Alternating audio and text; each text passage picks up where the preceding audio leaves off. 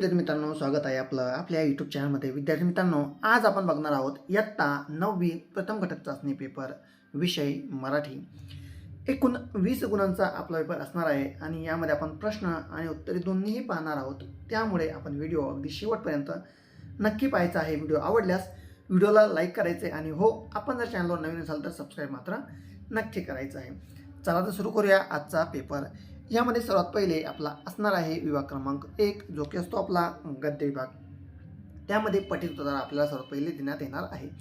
तर पठित उतारा काय असतो विद्यार्थी मित्रांनो, तर आपल्या पाठ्यपुस्तकामधीलच एक उतारा आपल्याला इथे देण्यात येतो. यामध्ये सर्वात पहिले प्रश्न क्रमांक पहिला अ, पुढील उतारा वाचून दिलेल्या सूचनेनुसार कृती करा. त्यामध्ये कृती क्रमांक 1, आकलन आकृतिबंध पूर्ण करा. त्यामध्ये सर्वात पहिलं, आई मुलाला घडवताना हळुवारपणे रंग रेखते आणि कठोरपणे घाव घालते. तर याचं उत्तर आहे, आई मुलाला घडवताना हळुवारपणे रंग रेखते. तर कुंचल्याच्या प्रमाणे काय करते, हळुवारपणे रंग रेखते आणि कठोरपणे घाव घालते. तर छन्नीचे कठोरपणे घाव घालते. अशा प्रकारे आपण यामध्ये काय करायचे, तर उत्तर हे व्यवस्थितपणे यामध्ये लिहायचं आहे. यानंतर आपल्याला येथे जो उत्तरा देण्यात आलेला आहे, तर तो उत्तरा आपण अगदी योग्यपूर्व व काळजीशीर वाचायचा आहे, जेणेकरून आपल्याला पेपरामध्ये याचा त्रास होणार नाही. यानंतर यामध्ये देण्यात आलेले पुढील प्रश्न यामध्ये पाहूयात. चौकट पूर्ण करा. आई आपल्यासाठी असते. तर आई आपल्यासाठी काय असते ते आपल्याला सांगायचं आहे. एकूण एका गुणासाठी तर उबदार, तर आई आपल्यासाठी उबदार शाल असते आणि आई आपल्यासाठी कणखर ढाल असते. अशा प्रकारचं उत्तर हे आपण इथे लिहायचं आहे. यानंतर यामध्ये 2 आहे आकलन कृती.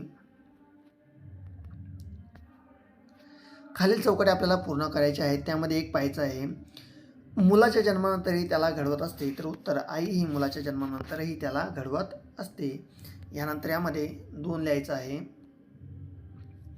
बालपणीच्या अंगाईला लागलेली असते. तर उत्तर, सुंदर चाल. आणि यानंतर 3, आईने जन्म दिल्यानंतर आपली ओळख होते. तर उत्तर, जगाशी. आईने जन्म दिल्याच्या नंतरच आपली ओळख ही काय होते, तर जगाशी होत असते. यानंतर यामध्ये 4 आहे, मुलाची जगण्याची वाट थोडी कमी कर्तव्यावी म्हणून हे वल्ल हातात धरावे लागते. तर उत्तर, बाप नावाचं वल्ल हे काय करते, तर हातात हे आपल्याला धरावे लागते. यानंतर कृती क्रमांक 3, स्वमत. तुमच्या सर्वात जवळच्या मित्राचे मैत्रिणीचे नाव काय. मैत्रीचं नातं तुम्ही कसं निभावता याविषयी आपल्याला सविस्तर माहिती ही यामध्ये आपण लिहायची आहे. एकूण 3 गुणांसाठी आपल्याला काय, तर स्वमत हा प्रश्न दिलेला आहे. विद्यार्थी मित्रांनो, स्वमत म्हणजे इथे स्वतःचे मत आपल्याला इथे काय करायचे असते, तर हे मांडायचे असते. या प्रश्नाचं उत्तर आपण स्वतः यामध्ये लिहिण्याचा प्रयत्न हा करायचा आहे. यानंतर आपला पुढील विभाग असणार आहे, जो की आहे आपला विभाग क्रमांक 2, पद्य विभाग. यामध्ये प्रश्न क्रमांक 2 अ, कवितेच्या आधारे दिलेल्या सूचनेनुसार कृती करायची आहे. त्यामध्ये 1, वृक्ष आणि संत यांच्यातील साम्य तक्ता लिहून पूर्ण करायचा आहे. एकूण 2 गुणांसाठी यामध्ये वृक्ष तसेच संत. तर उत्तर, मान अपमान जाणत नाही. तर वृक्ष काय, मान आणि अपमान जाणत नाही. आणि संत, तर संत निंदा स्तुती हे काय वाटतात, तर समाने संतांना वाटत असतात.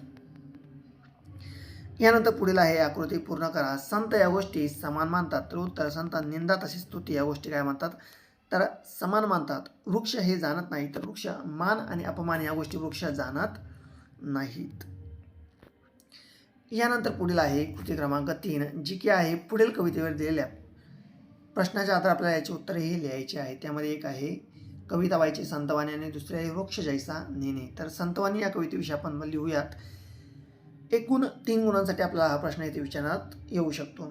त्यामध्ये पहिला आहे, प्रस्तुत कवितेचे कवयित्री. तर उत्तर आहे संत नामदेव. यानंतर 2 आहे, कवितेचा विषय. तर संतांना झाडाची उपमा देऊन त्यांची थोरवी येथे वर्णलेली आहे. यानंतर 3, कवितेच्या आवडलेल्या 4 ओळी. तर उत्तर, जैसा वृक्ष नेणे मान अपमान तैसे सज्जन वर्तती. यानंतर पुढील आहे स्थूल वाचन. तर स्थूल वाचन यामध्ये प्रश्न क्रमांक 3, कोणतीही एक कृती आपल्याला इथे सोडवायचं आहे. तर खालील फरक यामध्ये लिहायचा आहे. तर व्यंगचित्रे त्याचप्रमाणे हास्यचित्र यामध्ये आपल्याला काय करायचं, तर फरक लिहायचा आहे. एकूण 2 गुणांसाठी. तर व्यंगचित्र हास्याबरोबर काही गमतीदार विषय यामध्ये काय असतो, तर मांडलेला असतो. आणि हास्यचित्र यामध्ये केवळ हसवणे हा काय असतो, तर मुख्य उद्देश यामध्ये असतो. यानंतर पुढील आहे, लहान मुलांना हास्यचित्र काढणे आवडते. याविषयी तुमचे मत हे स्पष्ट करायचे आहे. त्यानंतर पुढील विभाग आहे विभाग क्रमांक 4, जो की असणार आहे व्याकरण विभाग.